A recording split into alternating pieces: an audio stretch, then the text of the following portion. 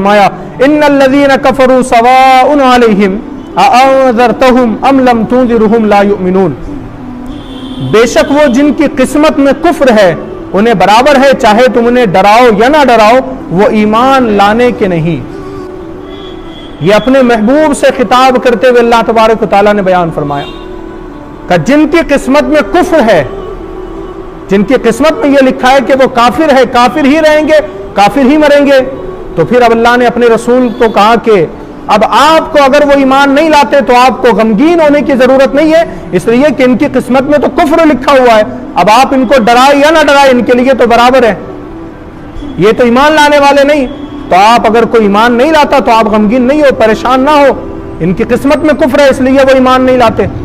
यहां पर अबू जहल, अबू लहब और उन तमाम लोगों का जिक्र है जिनको दावत पहुंची इस्लाम की, लेकिन वो फिर भी इस्लाम कबूल नहीं किए। तो फिर भी हुजूर रहमत आलम सल्लल्लाहु अलैहि वसल्लम दोबारा क्यों जाते थे इस्लाम की दावत देने के लिए? इसलिए जाते थे कि ताकि कयामत के दिन हुज्जत खत्म हो जाए, ताकि फिर वो काफिर ये ना कह सके कि मौला तेरे रसूल तो सिर्फ एक ही मर्तबा आए थे इस्लाम की दावत देने के लिए, अगर वो दूसरी मर्तबा आते तो हम मुसलमान हो जाते।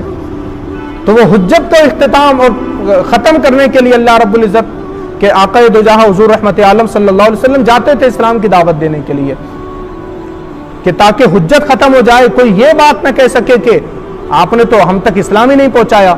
अब यहां पर जो बात है कि जिनकी किस्मत में कुफ्र लिखा हुआ है, अब यहां पर बड़ी गौर करने वाली बात है कि जिनकी किस्मत में कुफ्र है, तो फिर यहां पर तो सवाल यह आता है कि अगर अल्लाह तबारक व तआला ने किसी बंदे की किस्मत में कुफ्र लिख दिया है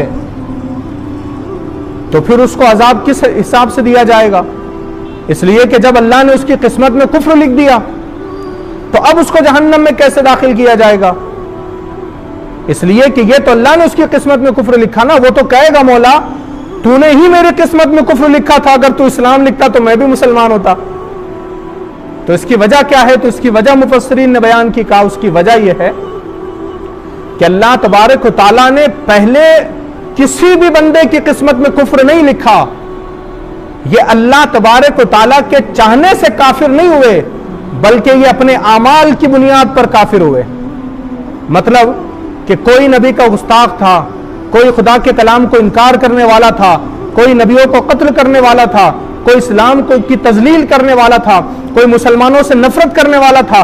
तो ये तमाम उनके ऐब जब मिल गए, और जब मिल गए तो फिर अल्लाह रब्बुल इज्जत ने इनके इन आमाल की वजह से उनकी किस्मत में कुफ्र लिख दिया। तो अब कोई ये नहीं कह सकता कि अल्लाह ने हमको काफिर बनाया और फिर हमको अजाब भी दिया जाएगा। तो दरअसल वो अल्लाह के चाहने से काफिर नहीं है, बल्कि वो अपने आमाल के सबब काफिर है। तो अल्लाह ने वही फरमाया कि जिनके किस्मत में कुफ्र है तो उनके लिए बराबर है कि आप उनको डराए या ना डराए, वो ईमान कबूल करने वाले नहीं।